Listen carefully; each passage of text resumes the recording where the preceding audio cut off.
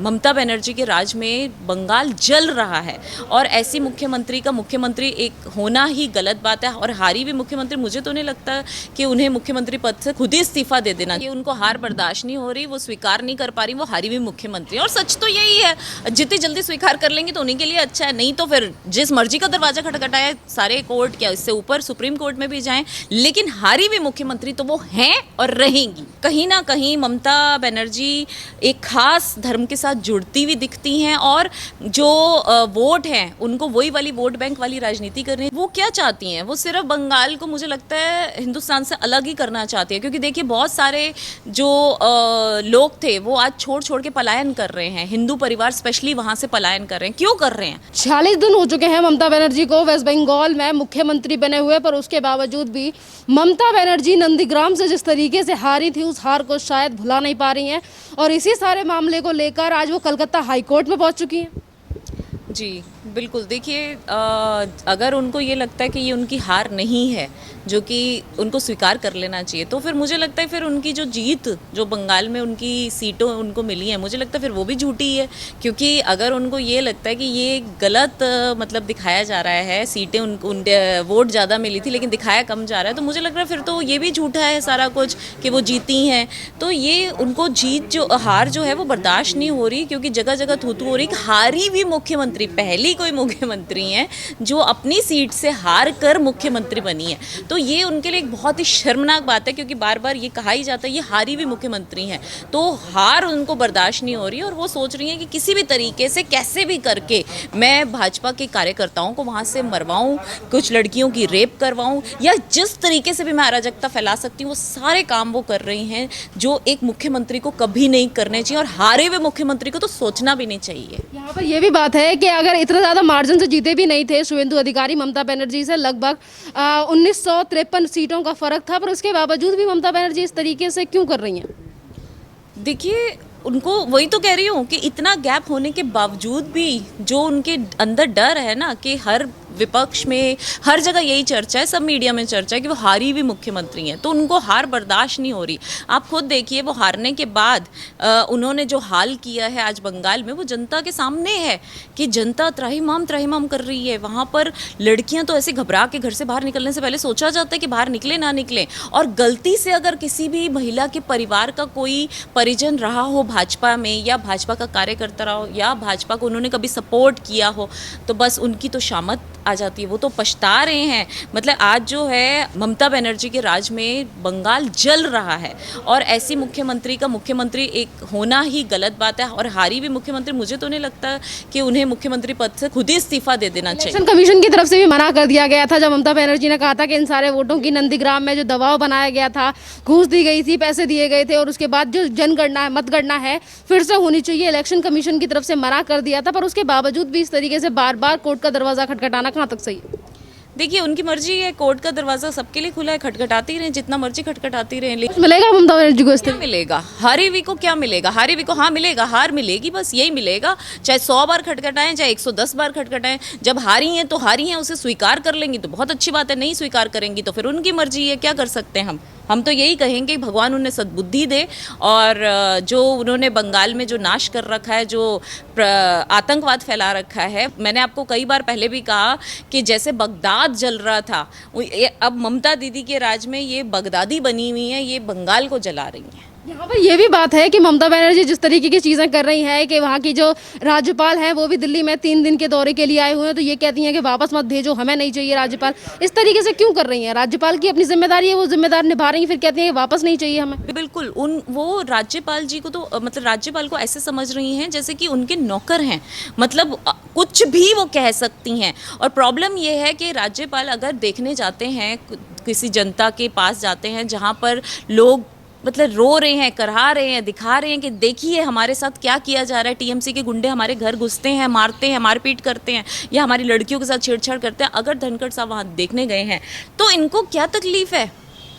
आप रिपोर्ट क्यों नहीं सौंपती? गृह मंत्रालय ने आपसे रिपोर्ट मांगी है ना, आप वो रिपोर्ट क्यों नहीं, महिला आयोग ने आपसे रिपोर्ट मांगी है, आपने वो रिपोर्ट नहीं भेजी। अभी तक किसी भी कार्यकर्ता पे, टीएमसी के कार्यकर्ता पे अभी तक एक बार भी जो है कार्यवाही नहीं हुई। ऐसा क्यों? ऐसा कब तक चलेगा? कब तक आप अपने मनमाने ढंग से बंगाल को लूटती रहेंगी, बंगाल को बर्बाद करती रहेंगी और जनता जो है वो सवाल भी ना करे? आप भाजपा को छोड़िए, जनता पूछ रही है, बंगाल की जनता पूछ रही है कि ऐसा कब तक चलेगा? कब तक हम ऐसी हिंसा वाली देखते रहेंगे? तो मेरे हिसाब से तो वहाँ राष्ट्रपति शासन लगा देना चाहिए। हम खुद मतलब एक आम नागरिक के तहत भी हम अपील करते हैं कि वहाँ ये राष्ट्रपति शासन ही लगना चाहिए। कल कैलाश विजयवर्गीय ने भी कहा था कि जिस तरीके की चीज़ें वेस्ट बंगाल में चल रही हैं, राष्ट्रपति शासन लगना चाहिए। अब अगर राज्यपाल दिल्ली में आते हैं तो ममता बनर्जी को ये डर है कि कहीं रिपोर्ट ना सौंपी जाए और इन सारी चीज़ों को लेकर कार्यवाही ना की जाए, तो वो कहती हैं कि अपना राज्यपाल वापस ले लो, हमें राज्यपाल नहीं चाहिए। क्या चाहती हैं आखिरकार ममता बनर्जी? ना ही तो वेस्ट बंगाल की जनता के लिए कुछ कर रही हैं।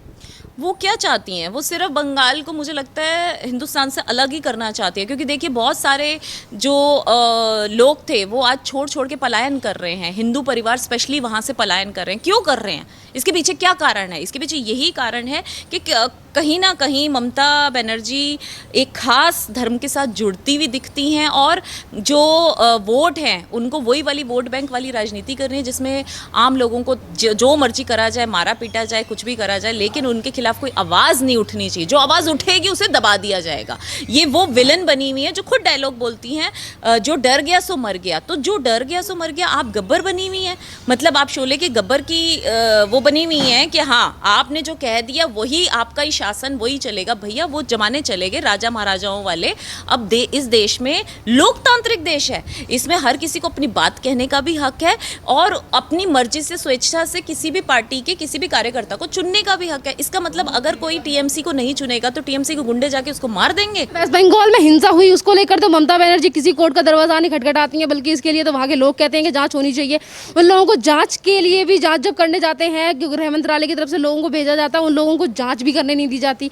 अगर बात मतगणना की है तो ममता बनर्जी बार बार कोर्ट जाती हैं, कहती हैं कि हमें पता लगाना है, घूस दी गई थी नंदीग्राम में, मैं हार कैसे गई। बात यही तो है कि उनको हार बर्दाश्त नहीं हो रही, वो स्वीकार नहीं कर पा रही, वो हारी हुई मुख्यमंत्री। और सच तो यही है, जितनी जल्दी स्वीकार कर लेंगे तो उन्हीं के लिए अच्छा है। नहीं तो फिर जिस मर्जी का दरवाजा खटखटाए, सारे कोर्ट क्या इससे ऊपर सुप्रीम कोर्ट में भी जाएं, लेकिन हारी हुई मुख्यमंत्री तो वो हैं और रहेंगी। जब तक वो यहाँ शासन करेंगी वो हारी हुई मुख्यमंत्री ही कहलाएंगी। और अगर उनको इतनी शर्म आ रही है तो वो रिजाइन कर दें, इस्तीफा दे दें, सिंपल सी बात है। लेकिन वो ये नहीं करेंगी क्योंकि उनको सत्ता का जो लोभ है वो उनके अंदर नजर आता है कि वहाँ जो लड़कियों का रेप होता है, एक 60 साल की बुजुर्ग महिला का रेप होता है, उसका पोता उनके सामने, आप खुद सोचो 60 साल की महिला जिनका रेप हुआ, उनके पोते ने ये सब कुछ देखा और जब कंप्लेंट लिखवाने गए तो पुलिस कंप्लेंट नहीं लिख रही। टीएमसी, वो खुद महिला बोल रही कि टीएमसी के 5 करता है। मतलब जिसके साथ यह हाल, मतलब भगवान ना करे किसी औरत के साथ ये सब हो, लेकिन जिसके साथ हुआ, 60 वर्षीय औरत के साथ ये हुआ और उसके बाद वो बयान दे रही हैं, तो भी आप सोचो पुलिस वहां पर लिख नहीं रही। कहाँ ऊपर से, कौन से ऊपर है? ऊपर कौन है? वहाँ ममता ही है ना, ऊपर ममता दीदी हैं।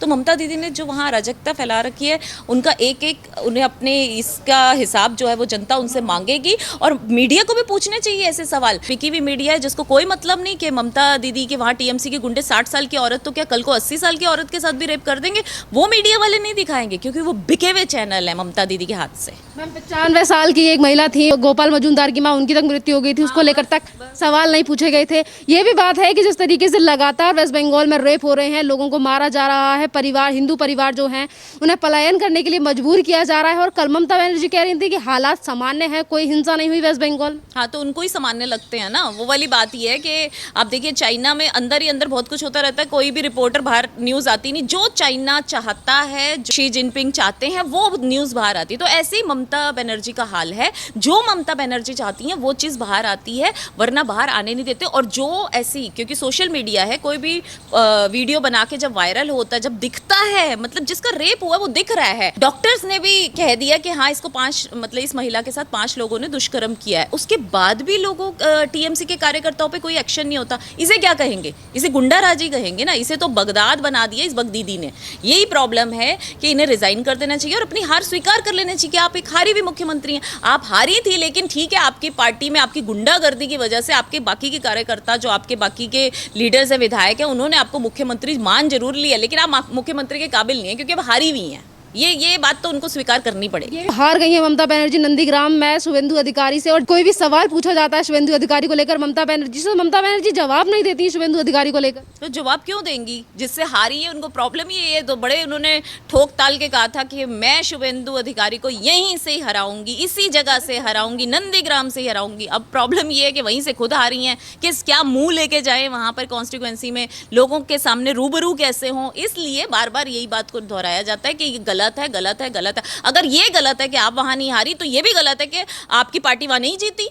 दोबारा से वोट कराइए, दोबारा से इलेक्शन हो। हम तो डिमांड करते हैं फिर दोबारा इलेक्शन होने चाहिए। ये अपनी सुविधा के अनुसार जो मन करे वो मान लो, जो नहीं मन करे वो नहीं मानो। मतलब जो जहां आपकी जीत है उसको आप मान लो, और जहां आपकी हार हो रही है उसे नहीं मानो। ये कैसे चलेगा? दोहरी मानसिकता तो नहीं चलेगी। अभी आपने कहा कि ममता बनर्जी ने ये कहा था कि शुभेंदु अधिकारी को मैं यहीं से हराऊंगी, और उस टाइम पे ममता बनर्जी ने ये भी कहा था कि अगर मैं हार गई तो मैं राजनीति छोड़ दूंगी। फिर अभी तक ममता बनर्जी की कह रही हूँ, लोग देखिए यही जो बिकाऊ मीडिया वो उनसे नहीं पूछ रही ना, आप राजनीति छोड़ दे।